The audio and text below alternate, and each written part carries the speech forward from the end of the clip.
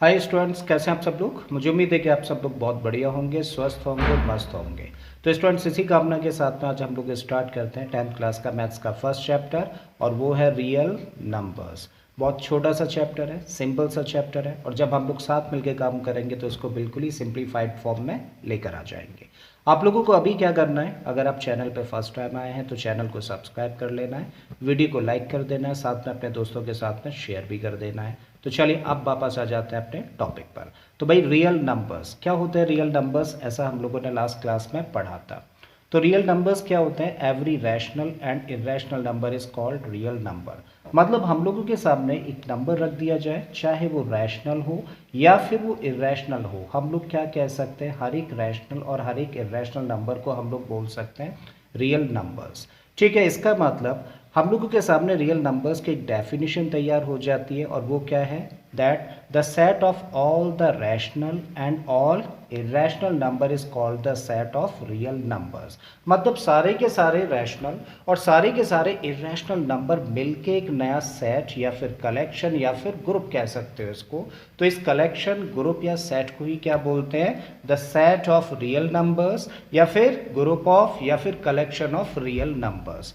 अब बात करते हैं हम लोग टाइप ऑफ रियल नंबर्स की। तो रियल नंबर्स बेटा दो तरीके के होते हैं। रियल नंबर्स में जो पहली कैटेगरी निकल के आती है वो है रैशनल नंबर्स, जबकि दूसरी कैटेगरी में क्या निकल के आते हैं, सारे के सारे इरेशनल नंबर्स। तो रैशनल नंबर्स किसको बोला जाता है, सबसे पहले हम लोग ये समझ लेते हैं। तो कोई भी नंबर रैशनल नंबर कहा जा सकता है बशर्ते कि वो तीन कंडीशंस को मैच करे, सेटिस्फाई करे।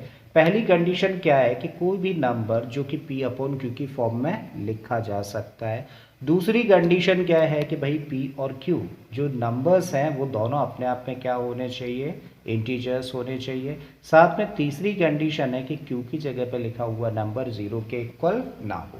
मतलब तीन चेक पॉइंट्स होते हैं एक नंबर को ये बताने के लिए कि वो रैशनल है या फिर इरेशनल है। सबसे पहले हम लोग देखेंगे कि क्या उस नंबर को हम लोग P अपॉन Q की फॉर्म में लिख सकते हैं। फिर हम लोग देखेंगे कि भाई जो P अपॉन Q की फॉर्म में हम लोगों ने नंबर तैयार किया या फिर लिखा है, उसमें P और Q की जगह पर लिखे हुए जो नंबर्स हैं वो अपने आप में इंटीजर्स हैं या फिर नहीं है। और अगर वो इंटीजर्स हैं तो क्या Q की जगह पर लिखा हुआ नंबर जीरो के इक्वल है। अगर नहीं है तब तो तीनों कंडीशंस मैच होती हैं और हम लोग कह सकते हैं कि दिया गया नंबर एक रैशनल नंबर होगा। फॉर एन एग्जाम्पल, हम लोगों ने ज़ीरो कंसीडर किया और पूछा कि क्या ज़ीरो एक रैशनल नंबर है। तो हम लोग सबसे पहले इसको P अपॉन Q की फॉर्म में रख के देखें। तो इसको हम लोगों ने लिख दिया ज़ीरो अपॉन वन। तो भाई ज़ीरो को ज़ीरो अपॉन वन लिख देंगे तो क्या ओरिजिनल वैल्यू चेंज हो जाएगी। ज़ीरो को वन से डिवाइड करेंगे तो basically we will get zero, मतलब ओरिजिनल वैल्यू चेंज नहीं है। तो P अपॉन Q की फॉर्म में इसको लिखा जा सकता है। अब P की जगह पर ज़ीरो है और Q की जगह पर वन है, तो क्या ये दोनों नंबर्स अपने आप में इंटीजर्स है। यस, ये दोनों इंटीजर्स है, मतलब दूसरी कंडीशन सेटिस्फाई हुई। तो क्या तीसरी कंडीशन हम लोग देख रहे हैं, क्या Q की जगह पर जो लिखा हुआ नंबर है जो कि यहाँ पर क्या है, वन है ना, क्या ये जीरो के इक्वल है। क्या वन जीरो के इक्वल है, नहीं है ना। इसका मतलब तीसरी कंडीशन भी सेटिस्फाई हो गई और इस तरीके से जीरो कैसा नंबर हुआ, एक रैशनल नंबर हुआ। ठीक है, अब ये तो बात रही कि हम लोगों को 1 2 3 5 6 -1 -3 ऐसे नंबर्स दे रखे हैं चेक करने के लिए कि वो रैशनल नंबर है या फिर नहीं है। अब हम लोगों को क्वेश्चन में ऐसे भी दिया जा सकता है, ऐसा भी पूछा जा सकता है कि एक नंबर दे रखा हो जो कि डेसिमल फॉर्म में दिया हो और हम लोगों को आइडेंटिफाई करना हो। ठीक है, तो हम लोग कैसे पता लगाएंगे कि वो रैशनल है या फिर इरेशनल है। तो ऐसे केस में हम लोग क्या देखते हैं बेटा, हम लोगों को पता है कि जो रैशनल नंबर्स होते हैं उनका डेसिमल एक्सपेंशन या तो टर्मिनेटिंग होता है या फिर नॉन टर्मिनेटिंग रिकरिंग होता है। तो भाई दो ही तरीके का डेसिमल एक्सपेंशन हो सकता है, किसका, रैशनल नंबर्स का, या तो टर्मिनेटिंग या फिर नॉन टर्मिनेटिंग रिकरिंग।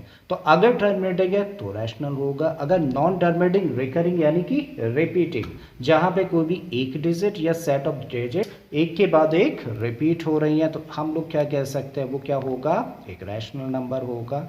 अब तीसरी चीज़, एक और चीज़ निकल के आती है यहाँ से, क्या कि भाई रैशनल नंबर नेगेटिव भी हो सकता है, पॉजिटिव भी हो सकता है और ज़ीरो भी हो सकता है। ठीक है, तो ये बात रही हम लोगों की रैशनल नंबर्स की। बात करते हैं अब हम लोग इरेशनल नंबर्स की। तो इरेशनल नंबर्स किसको बोला जा सकता है, भाई कोई भी नंबर जिसको कि हम लोग P अपॉन Q की फॉर्म में ना लिख सकते हो, जहां पे P और Q दोनों ही क्या हो, इंटीजर्स हो और Q जीरो के इक्वल ना हो। तो तो ये तीनों पॉइंट बोलेंगे तब जाके इरेशनल नंबर की डेफिनेशन क्लियर हो पाएगी। ठीक है, तो क्या बोला है कि कोई भी ऐसा number which can not be written या which can not be shown in the form of p upon q, where p and q, जो पी और क्यू की जगह पे जो नंबर्स हैं वो इंटीजर्स हों और क्यू 0 के इक्वल ना हो। ठीक है, अब आप कहेंगे कि भाई √2 है, तो इसको तो हम लोग देखिए ऐसे भी लिख सकते हैं ना, √2/1, और इस तरीके से इसको हम लोगों ने पी अपॉन क्यू की फॉर्म में लिख दिया। तो ये तो सिर्फ एक आस्पेक्ट है, एक्चुअली 3 कंडीशंस होती हैं। ये पहली कंडीशन है कि पी अपॉन क्यू की फॉर्म में ना लिखा जा सके, जहाँ पे पी और क्यू की जगह पे जो दो नंबर्स लिखे जाते हैं वो इंटीजर्स हों। तो जरा बताइए क्या √2 इंटीजर है? क्या √2 इंटीजर है? नहीं, इसका मतलब ये सेकंड कंडीशन कोई मैच नहीं करता है। किसकी? रैशनल नंबर्स की। तो इसका मतलब √2 एक रैशनल नंबर नहीं है, ये क्या है? एक इरैशनल नंबर है। ठीक है, अब बात करें डेसिमल एक्सपेंशन, मतलब जब डेसिमल एक्सपेंशन दे रखा हो एक नंबर का और आइडेंटिफाई करना हो कि रैशनल है कि इरैशनल है, तो भाई अगर एक नंबर जो कि हम लोगों को दे रखा है उसका decimal expansion non terminating non recurring है। नॉन टर्मिनेटिंग नॉन रिकरिंग का मतलब होता है कि ना तो वो टर्मिनेट हो रहा है और ना ही किसी भी डिजिट या सेट ऑफ डिजिट्स का रिपीटिशन है। तो ऐसे नंबर्स को हम लोग क्या कह सकते हैं? इरैशनल नंबर बोला जा सकता है। ठीक है, तो चलिए आगे चलते हैं। अब हम लोग बात करते हैं कि बेटा रैशनल नंबर्स जो होते हैं ना, इनको फर्दर हम लोग 2 कैटेगरीज में डिवाइड कर सकते हैं। जो पहली कैटेगरी है वो क्या है? फ्रैक्शंस। तो फ्रैक्शंस किसको बोला जाता है? Fraction is the part of whole, यानी कि कंप्लीट क्वांटिटी का एक छोटा सा जो हिस्सा होता है, इसी को हम लोग क्या बोलते हैं? फ्रैक्शन बोलते हैं। फॉर एन एग्जाम्पल 1/2, ये अपने आप में क्या है? एक फ्रैक्शन है, यानी कि कंप्लीट क्वांटिटी को हम लोग 2 यूनिट से रिप्रेजेंट कर रहे हैं और आउट ऑफ दीज 2 यूनिट्स हम लोग 1 यूनिट को कंसीडर कर रहे हैं। तो इसका मतलब 1/2 क्या हुआ? एक पार्ट हुआ होल क्वांटिटी का, तो इसको हम लोग बोलेंगे फ्रैक्शन। जैसे 3/4 मीन्स 4 यूनिट्स को एज अ होल हम लोग कंसीडर कर रहे हैं। ठीक है, मीन्स होल क्वांटिटी को हम लोग 4 से रिप्रेजेंट कर रहे हैं, तो उस होल क्वांटिटी में से 3 को हम लोग कंसीडर कर रहे हैं, तो हम लोगों ने एक छोटा सा पार्ट लिया उस होल क्वांटिटी का। इसका मतलब this is what? Part of whole. तो ये भी क्या हो गया? फ्रैक्शन हुआ। बात क्लियर है यहाँ तक? अब बात करते हैं हम लोग इंटीजर्स की। तो इंटीजर्स क्या होते हैं? सारे के सारे नेचुरल नंबर्स, उन नेचुरल नंबर के नेगेटिव्स और साथ में 0 मिल जाए तो एक ग्रुप बन जाता है, एक कलेक्शन बन जाता है, या फिर कह लो एक सेट बन जाता है नंबर्स का, और इसी सेट को नाम दिया जाता है इंटीजर्स का सेट। ठीक है, इसको जरा रिप्रेजेंट करते हैं। तो हम लोगों ने रियल नंबर लाइन ली और यहाँ पे हम लोगों ने 0 कंसीडर किया। ये देखो 1 है, ये 2, ये 3, ये 4 एंड डॉट डॉट डॉट का मतलब इसी तरीके से अप टू इन्फिनिटी नंबर्स आगे बढ़ते रहेंगे। और इस साइड में यानी कि लेफ्ट हैंड साइड में देखें तो यहाँ पे नेगेटिव नंबर्स होंगे -1, -2 एंड डॉट डॉट डॉट। तो ये सारे के सारे जो हम लोगों ने अभी नंबर लाइन पे नंबर्स रिप्रेजेंट किए, ये सब क्या है? अपने आप में इंटीजर्स हैं। ठीक है, अब इंटीजर्स हम लोग देखें तो देखो इंटीजर्स कितने तरीके के हम लोगों को देखें। अगर हम लोग यहाँ से देखें 1, 2, 3, 4 से लेके अप टू इन्फिनिटी, तो ये सारे के सारे बेटा यहाँ से इधर जितना चले जाइए ये सब कैसे हैं? Positive integers. तो कैसे इंटीजर्स हैं? Positive integers. और क्योंकि 1 से स्टार्ट हो रहा है, 1, 2, 3, 4 से लेके इन्फिनिटी तक, इसका मतलब अगर ये 1 से स्टार्ट हो रहा है तो ये कैसे हो नंबर्स हो गए? ये तो नेचुरल नंबर्स हो जाते हैं। ठीक है, तो इन्हीं पॉजिटिव इंटीजर्स को हम लोग क्या कह सकते हैं? Natural numbers. ठीक है, तो अक्सर ही बच्चे कंफ्यूज हो जाते हैं, किसी क्वेश्चन में बोल दिया जाता है पॉजिटिव इंटीजर्स और किसी क्वेश्चन में बोल दिया जाता है नेचुरल नंबर्स। तो बेटा पॉजिटिव इंटीजर्स कह लो या फिर नेचुरल नंबर्स कह लो, दोनों का मतलब वही होता है। करेक्ट है। बात करें यहाँ से देखिए 0 के दर से -1, -2, -3, ये सारे के सारे कैसे हैं? नेचुरल नंबर्स के नेगेटिव हैं। राइट, तो इसका मतलब इनको हम लोग बोलते हैं नेगेटिव इंटीजर्स।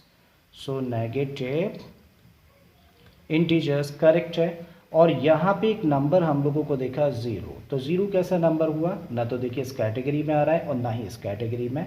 तो 0 is neither a positive integer nor a negative integer. ठीक है, वापस आते हैं हम लोग नेगेटिव इंटीजर्स पे। तो देखिए यहाँ से हम लोगों ने सारे के सारे नेगेटिव इंटीजर्स कंसीडर किए। मान लिया इनको एक बॉक्स में हम लोग रख देते हैं। तो ये बॉक्स तैयार हो गया या सेट तैयार हो गया किसका? नेगेटिव इंटीजर्स का।